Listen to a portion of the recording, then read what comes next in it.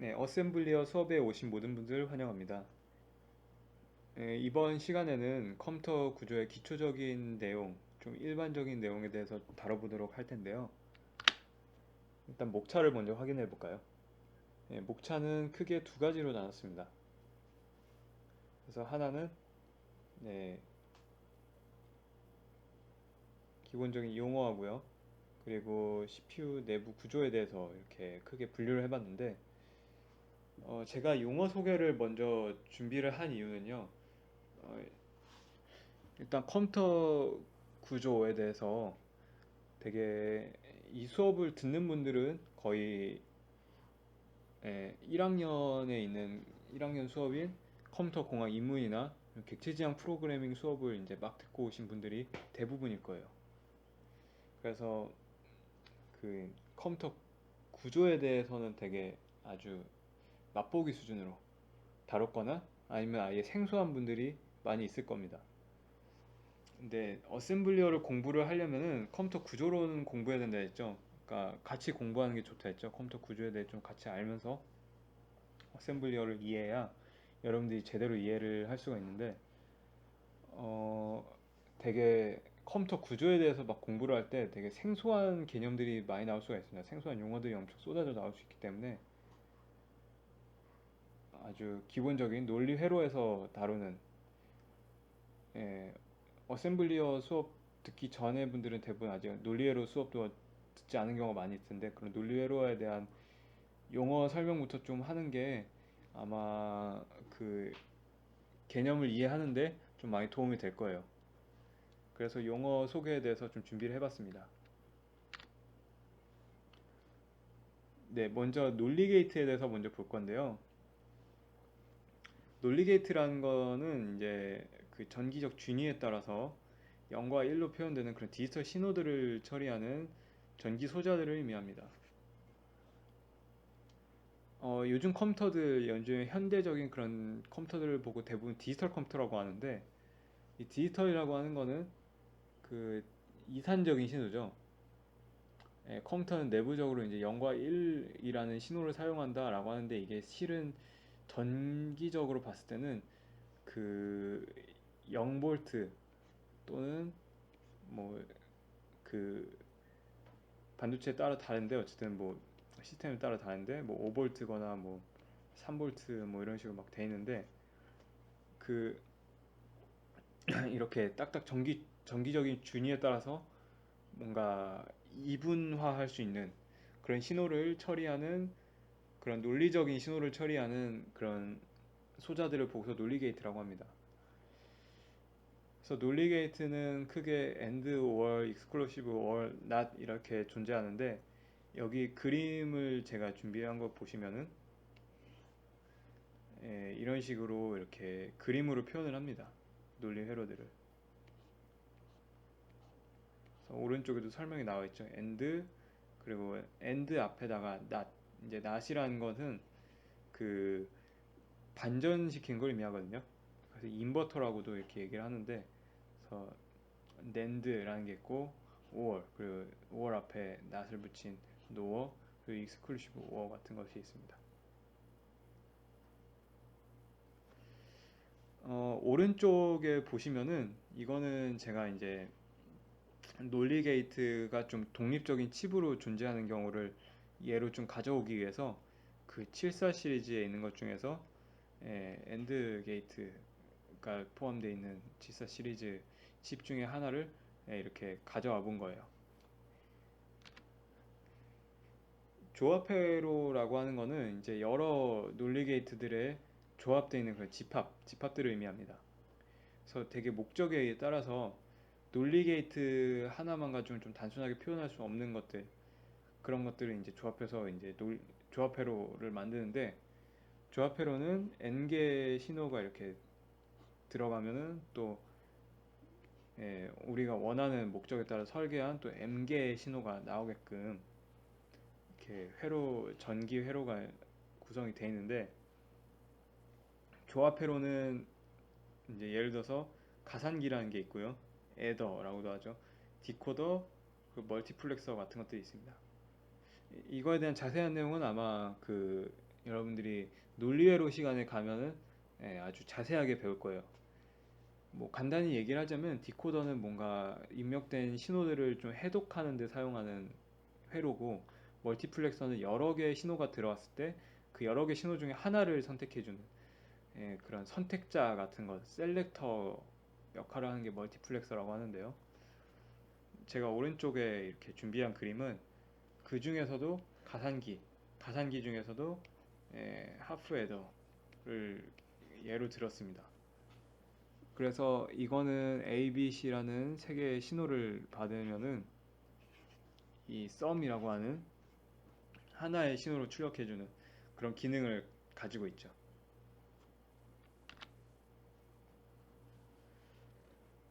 다음에는 순차회로인데요. 순차회로는 이제 그 조합회로하고 다르게 예, 기억하는 회로, 기억 소자를 갖고 있습니다.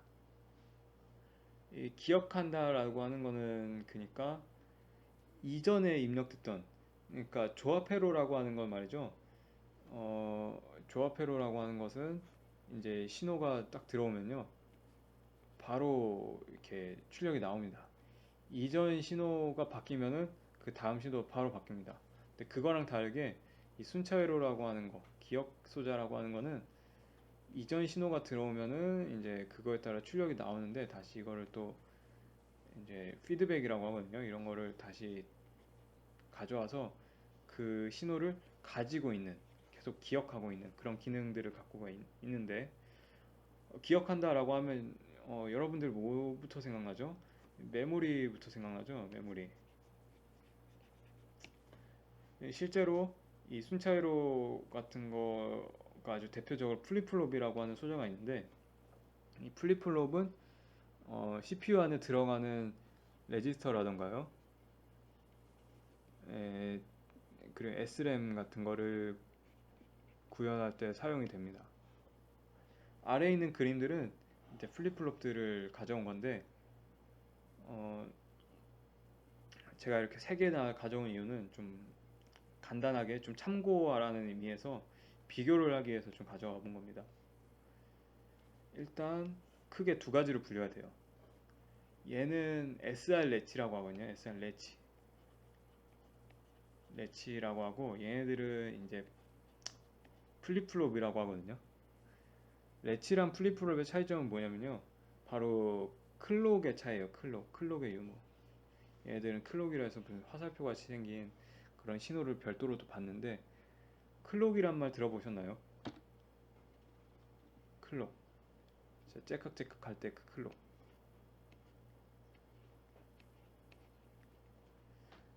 아마 컴퓨터를 다루다 보면 클록이란 단어가 되게 익숙할 거예요. 여러분들 뭐 컴퓨터 뭐 다루다 보면 오버클록을 했다느니, 아니면은 컴퓨터 CPU에 뭐 잘 보면 CPU 이름 뒤에 이렇게 해가지고 뭐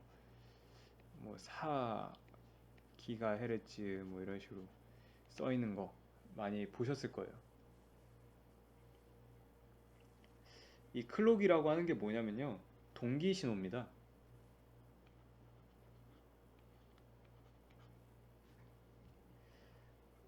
컴퓨터는 말 그대로 이런 여러 가지 논리 게이트로 어쨌든 조합이 되는 거잖아요. 여러 가지 전기 소자들, 전자 소자들로 조합이 되는 거예요. 근데 그 전기 소자들이 어, 어쨌든 전기 신호가 일정하게 왔다 갔다 할 건데, 이게 되게 메모리에 저장이 되려면은 어쨌든 그런 기억하는 기능들 이런 것들이 일정하게 좀 안정적이게 저장될 필요가 있거든요. 근데 동기 신호가 없으면은 이게 굉장히 그 신호가 뒤죽박죽일 거예요. 여러분들 그 자동차가 막 굉장히 끝도 없이 들어오는 그 교차로가 있다고 칩시다. 자동차가 이렇게 딱 왔다 갔다 하는 교차로가 있어요. 근데 그 교차로에 자동차들이 엄청 진짜 물밀듯이 막 이렇게 들어오는데, 이게 신호등이 없이 있으면은 자동차들이 막 충돌할 수도 있겠죠. 위험해요, 매우. 당연히 자동차 뭐 운전자들은 뭐 눈이 있고 머리가 있으니까 자동차가 있으면 알아서 피하겠죠. 근데 아니면 멈추거나요. 근데 그거랑 다르게 이 전기 소자들에서 왔다 갔다 하는 전자들은 그런 게 있나요? 그런 게 없죠. 예, 전기 신호들이 굉장히 뒤죽박죽되면은 막 알 수 없는 신호들, 우리가 의도치 않았던 신호들이 막 나오면서 되게 우리가 설계자들이 설계한 것과 다른 그런 굉장히 엉뚱한 결과값들이 나올 수가 있습니다. 그런 거를 원치는 않겠죠, 아무도. 그렇기 때문에 동기 신호라는 것, 클록이라는 것이 필요할 수밖에 없습니다. 근데 동기한다는 거는 그러니까 이 클록 신호라고 하는 거는 이제 펄스 신호로 이제 들어오거든요. 펄스파로 이렇게 쭉 들어와서는 일정하게 이렇게 들어올 때마다 계속 값이 갱신이 돼요. 그래서 이렇게 들어올 때마다 그 입력되는 값들이 바뀌면은 출력되는 값들도 이제 그거에 맞게 갱신이 계속 되거든요. 이 째깍째깍 하면서. 근데 이 갱신되는 그 동기 신호가 빠르면 빠를수록 예, 컴퓨터에서 처리되는 속도도 굉장히 빠르겠죠. 예, 그렇기 때문에 클록 수가 높다라는 거는 CPU가 굉장히 빨리 처리할 수 있다. CPU의 처리 속도가 매우 빠르다 이런 의미이기도 해요. 그래서 클록이라고 하는 거는 CPU의 성능을 나타내는 척도가 되기도 했습니다. 뭐 요즘에는 여러 가지 그 병렬성 이런 것들도 고려하긴 하는데 어쨌든 일반적으로 이런 클록이 높으면은 그러면은 또 CPU 성능도도 이제 흔히 높다라고 얘기를 하죠.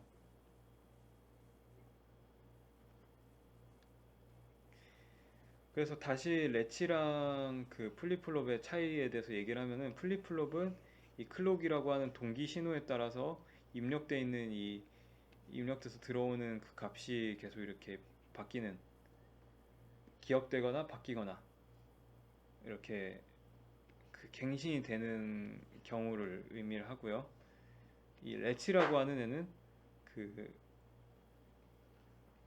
동기 신호로서 클록을 받지 않기 때문에 네, 비동기적입니다. 어싱크로너스예요. 싱크로너스.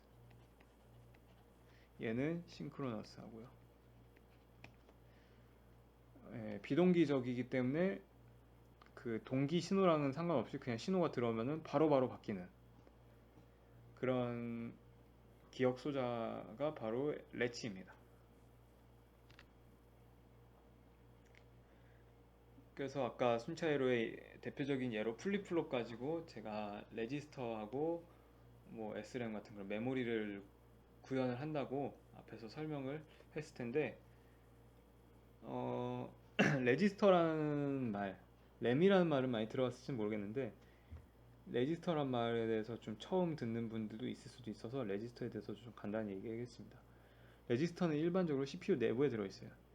CPU 내부에 들어있는 아주 작은 크기의 굉장히 빠른 CPU 안에 있기 때문에 정말 한 사이클 만에 한 클럭 사이클 만에 접근할 수 있는 굉장히 빠른 그런 기억 장치를 의미를 하고요.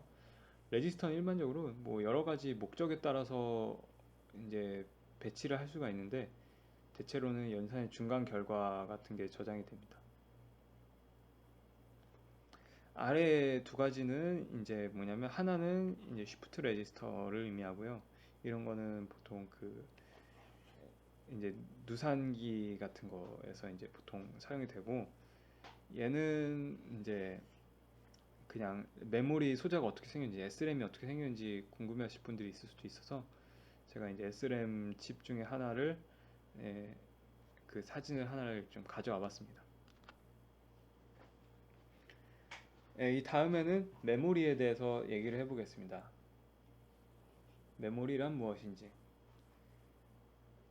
일단 되게 일반적인 의미로 메모리 장치라고 하는 것은요, 데이터의 입출력 기능을 가지고 있는 그런 기억 소자들의 그런 집합들을 의미를 합니다. 그런 기억 소자들의 일체를 두고서 메모리 장치라고 하는데,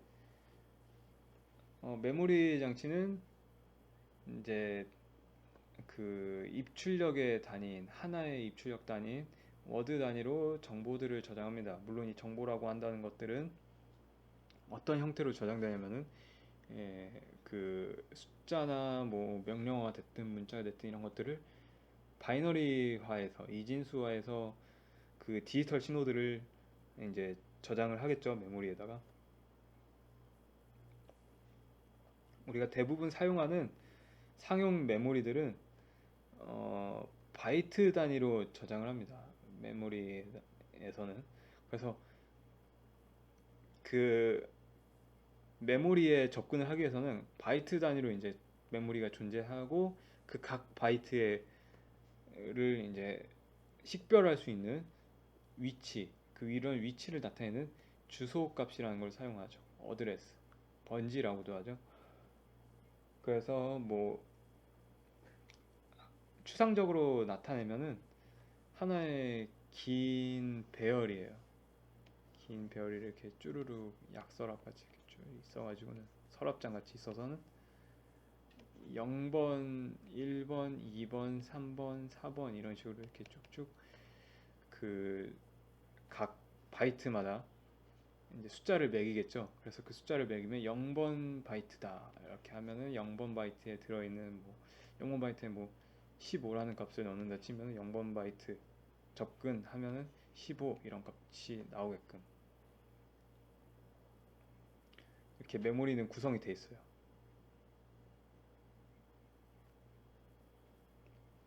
그래서 메모리 장치 같은 경우에는 메모리 워드에 주소 값을 주소 신호를 입력을 해주면은 그 해당 워드에 그 숫자에 매겨져 있는 값에 해당하는 데이터가 출력 신호로 나갑니다.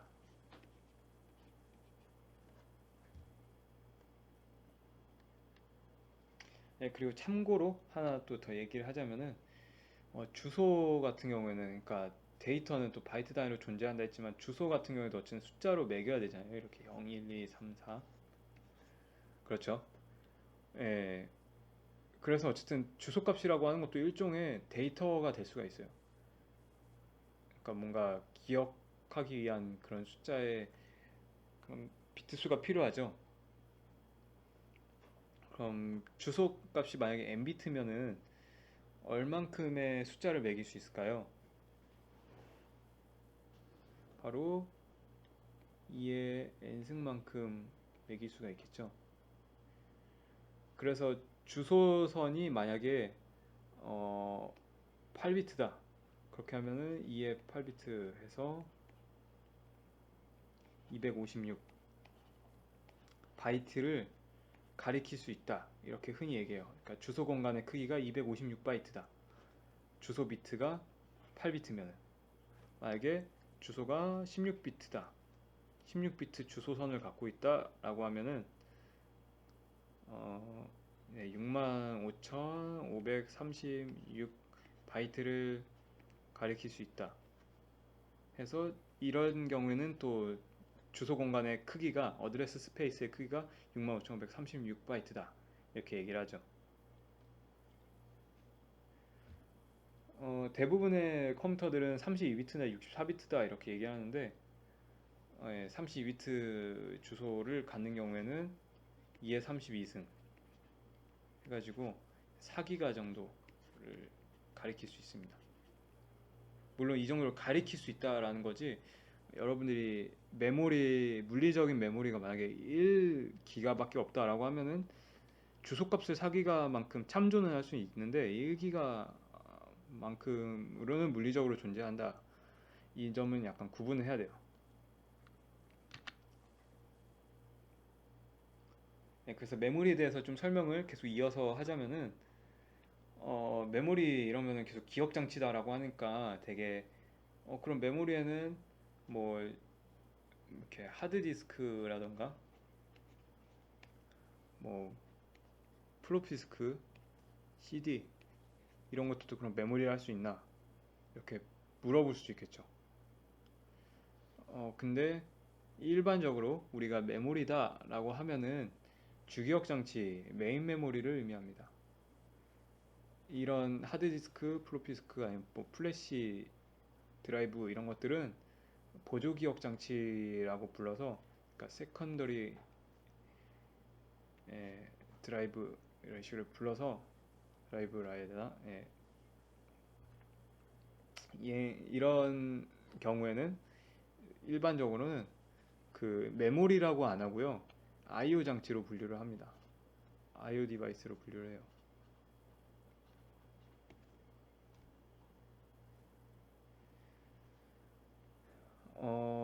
어쨌든 그래서 우리가 메모리다라고 하면은 일반적으로 주기억 장치를 의미합니다.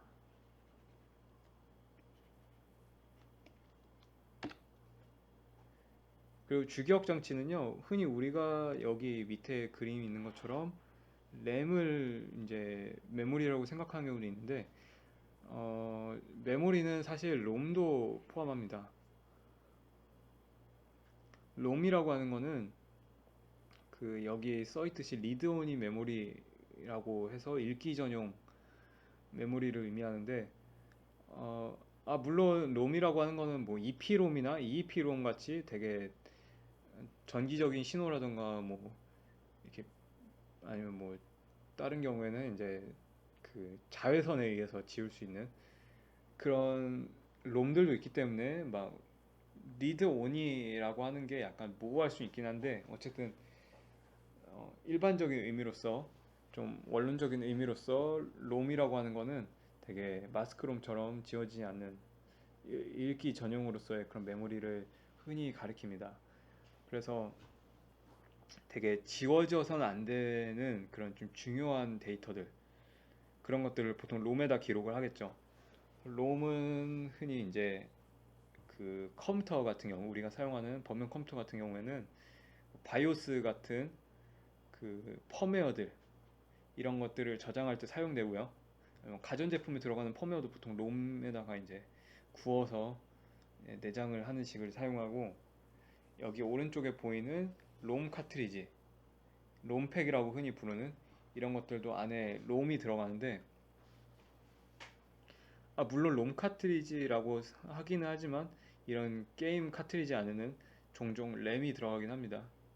근데 그거는 일단 둘째치고, 일반적으로 이제 롬이 들어가서는 이 안에 이제 뭐 그 게임의 프로그램 코드랑 그 게임 데이터들, 그래픽 데이터들, 이런 것들이 이제 롬에 들어가서 그 게임기에다가 이제 꽂는 순간 바로 인식을 해요. 메모리로, 메인 메모리에서 이 롬 카트리지를 인식해가지고 바로 접근할 수 있습니다. 그래서 접근 속도가 굉장히 빨라요. 꽂으면은 바로 게임을 플레이할 수 있습니다. 디스크 같은 경우에는 좀 얘기가 다르죠. 디스크는 일단 바로 접근할 수 있지 않아요. 디스크는 아까 세컨더리 하다 했죠. 보조기억 장치예요. 보조기억 장치여서 디스크는 로 게임이 막 배포가 되는 것들은 로딩이라는 게 반드시 필요해요. 메모리에다 올리는.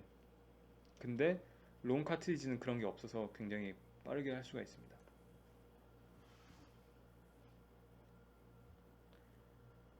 그럼에도 불구하고 메모리라고 하는 건 대부분 램을 가리키는데, 램이라고 하는 건 또 하드웨어 기술에 따라서 SRAM이랑 DRAM으로 다시 분류가 됩니다. SRAM은 스태틱 램 할 때, 정적 램 할 때 S를 의미하고요. DRAM은 다이내믹 램, 동적 램 할 때 D를 가리킵니다.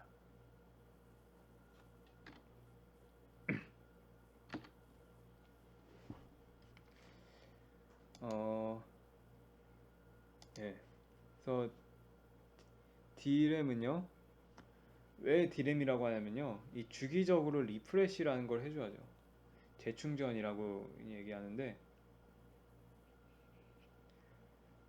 DRAM이라고 하는 거는 계속 가만히 두면은 이 전기 신호가 옅어지기 때문에 손실될 수가 있어요. 그래서 이 콘덴서로 구성이 되어 있는데, 메모리 셀은 콘덴서들을 이렇게 집적해서 만드는 거거든요. 거기다 계속 주기적으로 전기 신호를 충전을 해줘야 됩니다. 그래서 전력 소모도 당연히 더 들 테고, 좀 속도가 상대적으로 SRAM에 비해서 좀 상대적으로 느립니다.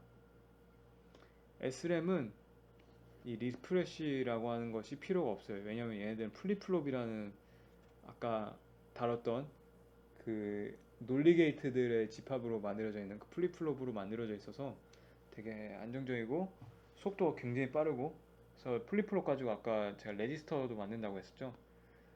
예. 그러다 보니까 그 플립플롭은 상대적으로 콘덴서 같은 거에 비해서 또 전기 소자 같은 게 더 많이 필요하기 때문에 집적도도 상대적으로 낮고 가격이 더 비쌉니다. 트랜지스터가 막 훨씬 더 많이 들어가요. 그래서 SRAM 같은 경우에는 속도는 무지 빠르지만 되게 값이 비싸기 때문에 얘네들은 그 캐시 메모리 같은 거를 만들 때 주로 사용합니다.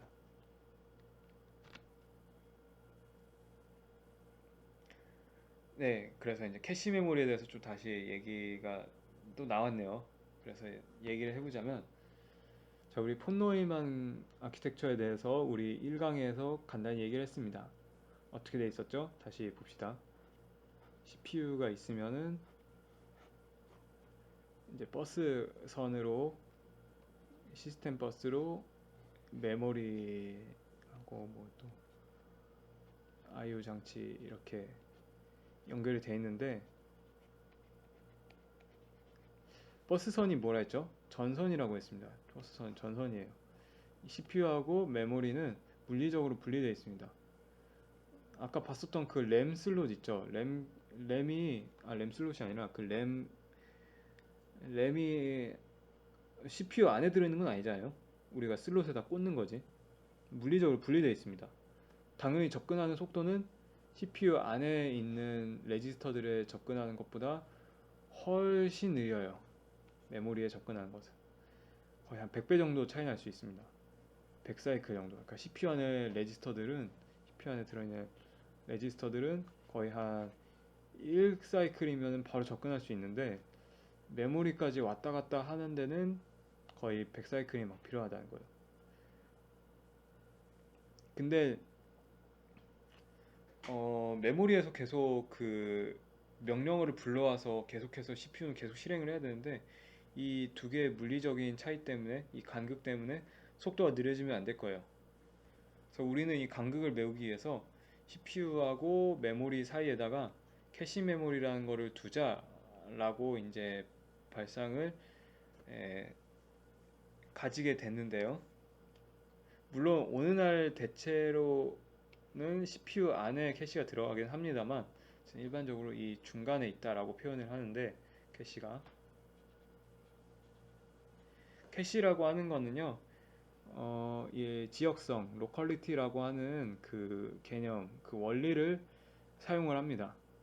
캐시는 메모리의 일부예요. 메모리의 부분 집합입니다. 그래서 메모리에 있는 데이터 중에 일부를 캐시라고 하는 아주 고속의 메모리에다가 적재를 해가지고, 우리는 CPU에서 거의 레지스터 속도에 가까운 속도로 이 캐시에 접근을 해서 아주 컴퓨팅 성능을 높이는데 사용을 할 수가 있는데요.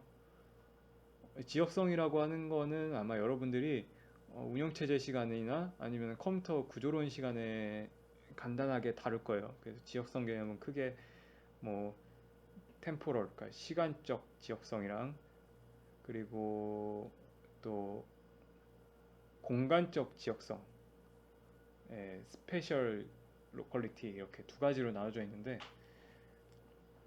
음, 그러니까 여러분들이 이렇게 최근에 접근한 것, 좀 자주 접근하는 것 이런 데에 어, 더 어떤 특정한 데이터가 있을 가능성이 높다라는 거를 이제 예측을 해가지고 그런 적재하는, 그러니까 캐시에다가 캐싱을 해놓는 그런 폴리시 정책을 이제 정하는 그런 알고리즘을 정하는 그런 원리를 사용한다라고 볼 수가 있어요. 예, 메모리 계층 구조는 이제 그 캐시의 개념을 좀 더 확장을 한 거라고 볼 수가 있는데, 아래에 이렇게 피라미드 형태로 계층적으로 하이어러키를 이렇게 이루고 있는 걸 볼 수가 있어요. 맨 꼭대기에는 당연히 CPU 안에 들어가는 프로세서 레지스터가 있죠. 그 다음에는 방금 설명했던 캐시가 있고, 그 밑에는 램이 있고, 그 밑에부터는 보조기억 장치들이 있습니다. 그러니까 메모리 계층 구조의 이제 그 핵심 골자는 뭔 뜻이냐면요. 이제 각 메모리 계층들은 하위 계층의 캐시로 사용된다. 그래서 램의 캐시는 프로세서 캐시가 되는 거고, 또 그리고 이 디스크들의 캐시는 메모리가 되는 거예요. 램이 되는 거죠.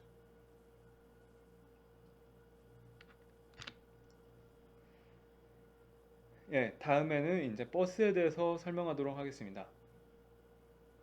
버스는요, 간단하게 얘기해서 데이터들의 이동 통로 라인입니다. 이동 라인이에요. 이 공통의 버스, 그러니까 CPU하고 메모리, I/O 컨트롤러 이런 것들이 이렇게 공통의 버스로 이제 묶여가지고는 이렇게 데이터들이 왔다 갔다 하거든요. 근데 이 공통 버스를 왜 이용하냐? 그러니까 레지스터들 그냥 묶어가지고 뭐 메모리랑 그냥 일일이 쭉쭉 뭐 전선을 연결하면 되지 않나 이렇게 생각할 수도 있는데, 레지스터들이 한두 개가 있지 않을 수도 있습니다. 굉장히 많이 있을 수도 있고 너무 복잡해요. 이거 레지스터들을 그 전선을 하나하나 독립적인 데이터 통로를 두면은요 너무 복잡해요. 그래서 이 버스라고 하는 공통의 선을 둬가지고 그것들을 이렇게 묶어서 이제 한 번에 이동하게끔, 물론 서로 충돌하면 안 되겠죠. 어쨌든 그렇게 이동하게끔 버스라는 거를 사용을 합니다.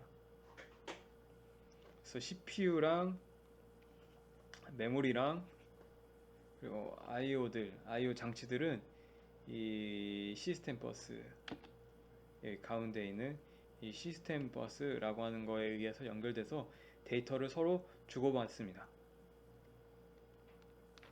그래서 시스템 버스는요, 크게 데이터 버스, 그리고 주소 버스, 제어 버스 이렇게 세 가지로 구성이 되어 있거든요. 그래서 주소 버스는요, 그 아까 메모리나 뭐 메모리 설명할 때 메모리는 뭐가 입력되고 뭐가 출력된다 했죠? 주소가 입력되면은 데이터를 내보낸다라고 했죠. 그래서 이 입력되는 주소선이 바로 주소 버스고요. 그 주소가 입력된 다음에 데이터가 나갈 때는 데이터 버스를 통해서 나가고, CPU에서 이제 주변 장치들, 뭐 CPU나 아니면 뭐 여러 가지 장치들 이런 데서 발생하는 제어 신호들, 컨트롤 신호들은 이 컨트롤 버스에 의해서, 제어 버스에 의해서 이제 왔다 갔다 하는데, 그 주소 버스 같은 경우에는 이제 메모리뿐만이 아니라 I/O 장치들의 그 주소들도 막 있거든요. 그런 거에도 또 이용이 되고, 어쨌든 그런 신호들의 종류에 따라서 이렇게 시스템 버스가 크게 데이터 버스, 주소 버스, 제어 버스 이렇게 세 가지로 분류가 돼 있다라고 그냥 이해를 해주시면 좋습니다. 그래서 버스에 대해서 이제 그 어떻게 구성이 되어 있는지 이런 거를 좀 예시로 들기 위해서 제가 두 가지 CPU의 이 블록 다이어그램을 제가 데이터 시트에서 긁어서 가져와 봤는데요. 예, 여기 보면은 A0부터 A15까지 이렇게 16비트의 주소선을 갖고 있는, 그래서 주소 버스가 16비트를 갖고 있는 8비트 CPU인 6502를 한번 제가 가져와 봤는데, 8비트 칩이라고 흔히 얘기하는 게 왜 8비트 칩일까요? 그건 바로 이제 CPU에서 한 번에 처리하는 데이터가 8비트이기 때문이에요. 여기 보면은 이제 D0에서 D7까지 이렇게 8비트의 그런 데이터 버스 선들이 이렇게 쭉 보이거든요. 그 핀들이, 버스랑 연결되어 있는 핀들이 보일 텐데, 얘는 이 6502라고 하는 프로세서 같은 경우에는 8비트 CPU이기 때문에 이렇게 8비트 데이터 버스 길이를 갖습니다. 그거랑 이제 구분해야 되는 거는 주소 버스는 16비트를 갖는다는 거. 주소 버스를 8비트로 갖는다면 되게 메모리 크기가 너무 작아지겠죠. 그래서 8비트 칩인 경우에도 주소 버스가 뭐 8비트인 경우는 그렇게 많지는 않아요. 16비트인 경우가 오히려 좀 많습니다. 상용 CPU들 보면은. 그리고 여기에 막 이런 다른 신호들이 되게 많이 보일 텐데 이게 바로 제어 신호들입니다. 제어 신호들. 보면 NMI 같은 경우도 있는데 NMI는 아마 나중에 여러분들이 인터럽트 시간에 뭐 설명을 할지 안 할지 모르겠지만 논 마스커블 인터럽트 할 때 그 줄임말입니다. 그러니까 마스킹 한다는 거는 흔히 이제 인터럽트 신호를 무시할 수 있냐 없냐 이거를 뜻하는데 논 마스커블 그러니까 무시할 수 없다. 굉장히 우선순위가 높은 그런 인터럽트 신호선이 여기로 들어온다라는 걸 이제 의미하죠.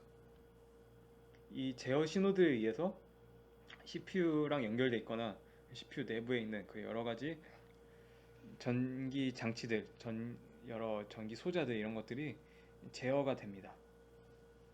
뭐 메모리에서 예를 들어서 읽기 상태인지 쓰기 상태인지 이런 것들을 제어할 때 제어 신호들이 이제 왔다 갔다 하는 것들이죠. 그 제어 신호들은 어디서 왔다 갔다 한다고 말했었죠? 예, 맞아요. 그 제어 버스에서 왔다 갔다 한다 했죠. 옆에 있는 거는 이제 G80이라고 하는 CPU인데요. G80이라고 하는 거는 그 얘도 8비트 CPU예요.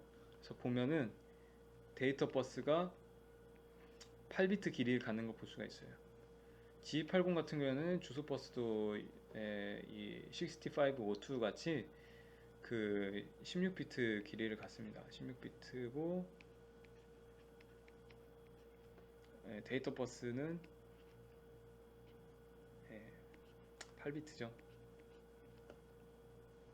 그리고 여기에 보면은 또 제어 신호들이 쭉 있고요.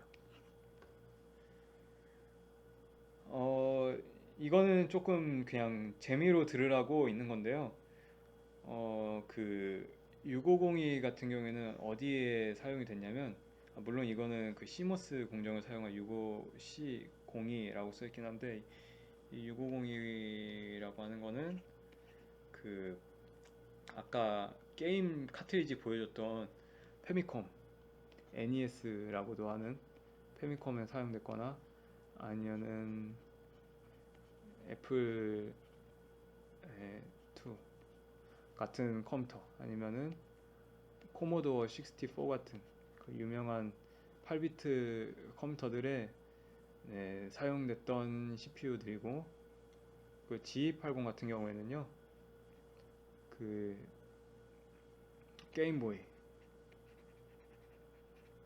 옛날에 포켓몬 1, 2세대 같은 거 돌아가던 아니 뭐 테트리스 같은 거 돌아가던 게임보이라든가 하면은 뭐 MSX라고 하는 옛날 8비트 컴퓨터 표준이 있는데 MSX2도 포함해서 그런 것들이 내장되어 있는 게 이제 바로 G80이었습니다. 이거는 그냥 재미삼아 그러니까 좀 재미로 들으라고 한 얘기고요. 버스는 일단 여기까지 설명을 하고요. 강의 분량이 좀 되기 때문에 일단 여기까지 설명하고서 1부는 좀 마무리하도록 하겠습니다. 감사합니다.